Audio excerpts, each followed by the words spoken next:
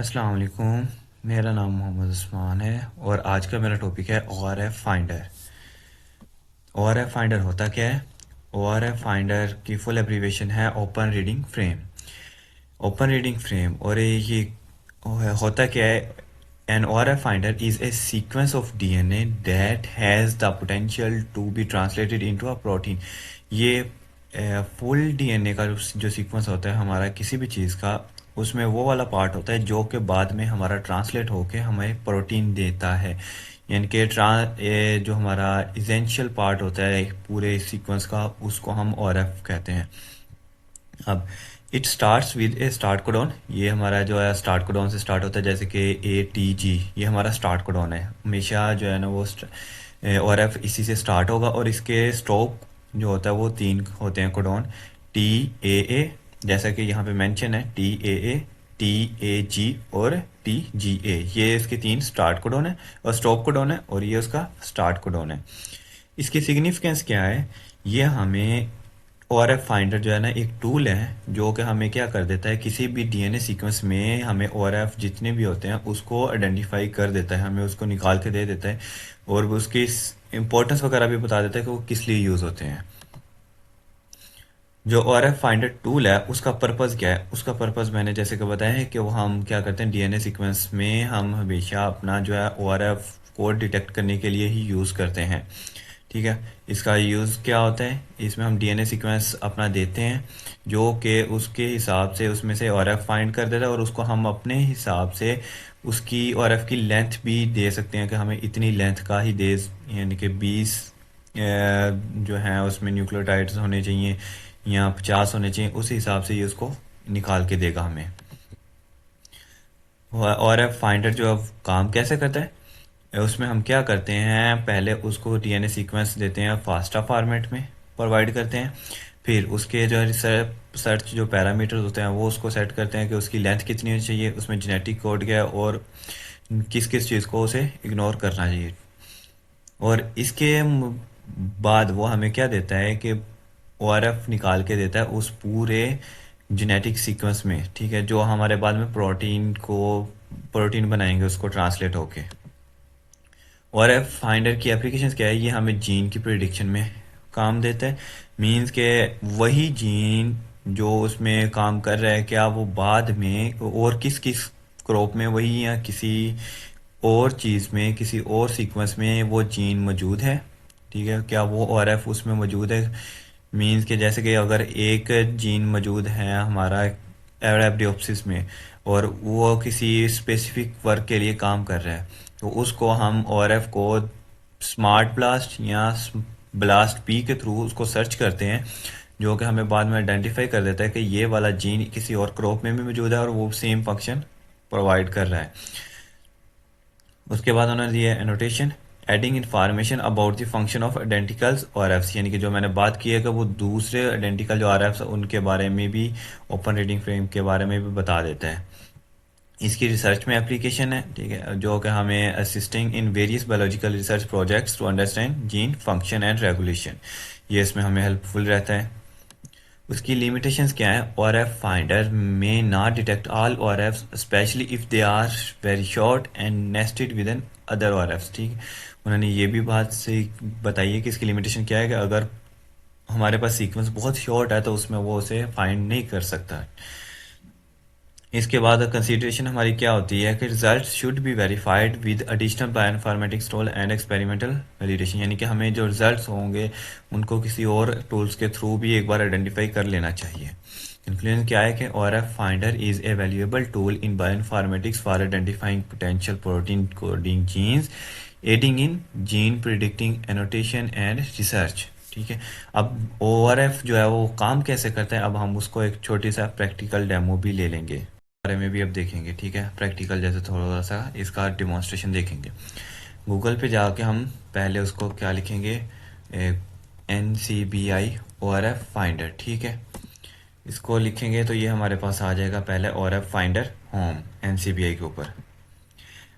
Next हम इसके ऊपर चले गए, ये हमारे पास होम पेज आ गए। यहाँ पे भी उन्होंने जैसे कि लिखा हुआ है ORF finder search the open reading frames in the DNA sequence you enter. ठीक है, वही सेम बात कि अगर डीएनए सीक्वेंस हमें यहाँ पे देते हैं तो उसमें से वो हम ओपन रीडिंग फ्रेम निकाल कर देता है। ओपन रीडिंग फ्रेम वही चीज़ है जो कि एक वो पार्ट होता है डीएनए का जिसने स्पेसिफिकली आगे जाके एक प्रोटीन एक स्पेसिफिक एक काम करना होता है।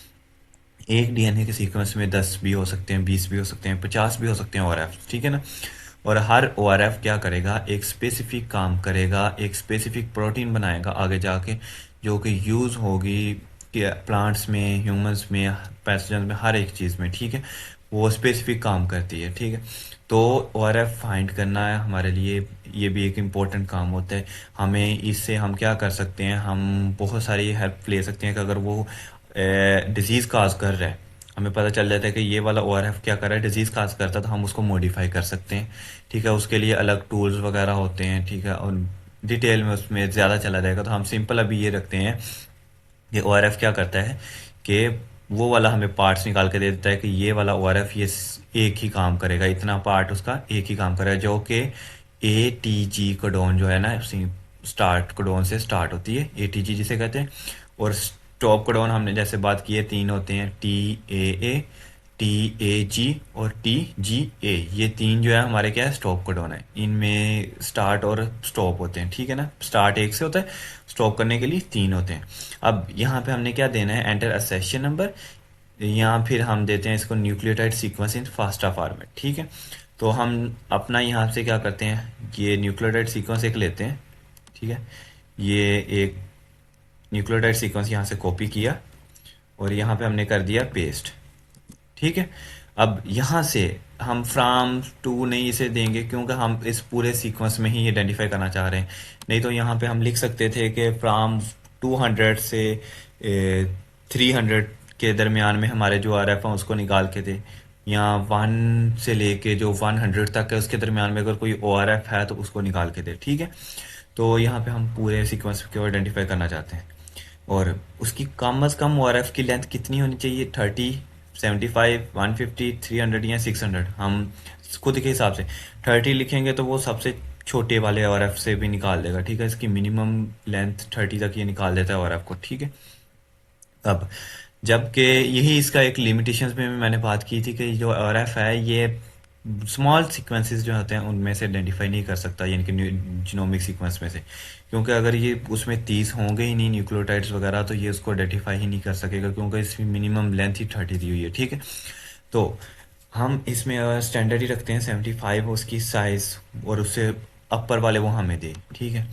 और ये हो गया जेनेटिक कोड, उसका क्या है, हम उसको स्टैंडर्ड ही रहने देते हैं, वरना ये हमारे हिसाब से उन्होंने दिया हुआ है कि वो किसके हैं, ये सारे उन्होंने दिए हुए हैं यहाँ पे, ठीक है ना। कि आप कौन से वाला बैक्टीरियल है या इनवर्टिब्रेट माइटोकॉन्ड्रियल है, जो भी आप करना चाहते हैं उसको सिलेक्ट कर सकते हैं। हम स्टैंडर्ड रखते हैं। और एफ जैसे कि स्टार्ट मैंने कहा था एटीजी से स्टार्ट होता है ओनली, हम ओनली एटीजी वाला लेंगे, उसके अल्टरनेटिव इनिशियन कोडोन्स नहीं लेंगे, हम सिर्फ वही लेंगे, ठीक है। और इसको इग्नोर, हम नेस्टेड और उसको भी नहीं, हम इसको ऐसे ही फिलहाल जस्ट सिंपल रन करते हैं। इसमें उसने कहा है हमें 6 और एफ फाइंड हुए, ठीक है ना, और एफ फाउंड 6। अब ये एक उसने नीचे हमें टेबल दी है, और एफ 1, 3, 4, 2, 5, 6, मीन्स के 6 और एफ को उसने नीचे टेबल दी है हमें। और ये ऊपर जो हाईलाइट किए हुए हैं ना उसने रेड कलर में, ये हमारे और एफ है। ये और एफ जो कि फर्स्ट आ रहा है, फिर ये और एफ सेकंड आ रहा है, ये थर्ड आ रहा है, ये फोर्थ है, ये फिर फिफ्थ है और एफ है, और ये 6 वाला है, ठीक है। ये उसने 6 और एफ हमें दे दिए। अब हम फर्स्ट ओ आर एफ को जैसे कि यहाँ से अगर क्लिक करते हैं, ये क्लिक हो के यहाँ पे हमें शो हो रहा है ओ आर एफ 1, और इसको हम मार्क कर देते हैं तो वो डार्क हो जाता है। और ऊपर उसका जो आर एफ है वो भी देखें ब्लू कलर में, उसकी भी शेप चेंज हो गई है, ठीक है। और एफ फाइंडर ने उसकी शेप चेंज कर दी और उसको हाईलाइट कर दिया जस्ट, ठीक है। अब इसको हमने हाईलाइट कर दिए, हाईलाइट करने का हमारा एक मकसद होता है, हम क्या करना चाह रहे होते हैं कि हमें इसको चेक करना चाह रहे होते हैं कि ये पहले अभी ये प्रोटीन सीक्वेंस के हिसाब से उन्होंने दिया और यहाँ पे रिजल्ट, हम अगर न्यूक्लियोटाइड सीक्वेंस के हिसाब से लेते हैं तो ये हमें स्टार्ट कोडॉन शो करवाता है कि ये हमारा ATG से स्टार्ट हो रहा है, ठीक है। और इसको अगर जूम करके मैं दिखाता हूँ तो ये देखें ATG से ये स्टार्ट हो रहा है, और अगर हम इसको लेके जाते हैं नीचे तो ये एंड हो रहा है TGA के ऊपर, ठीक है। अब इसका एक और चीज़ हमने सेलेक्ट किया है, ऊपर से भी सिलेक्शन आ गई है, इसकी भी सिलेक्शन आ गई है। हमने ये भी देख लिया ये स्टार्ट और एंड इसी से हो रहा है। अब हम सी डी एस ट्रांसलेशन के हिसाब से भी देखते हैं, तो यहाँ से हमें पता चलता है कि ये जो एक एक कोडॉन है, ए टी जी, ये वाला फंक्शन एम वाला यानी कि कर रहा है परफॉर्म।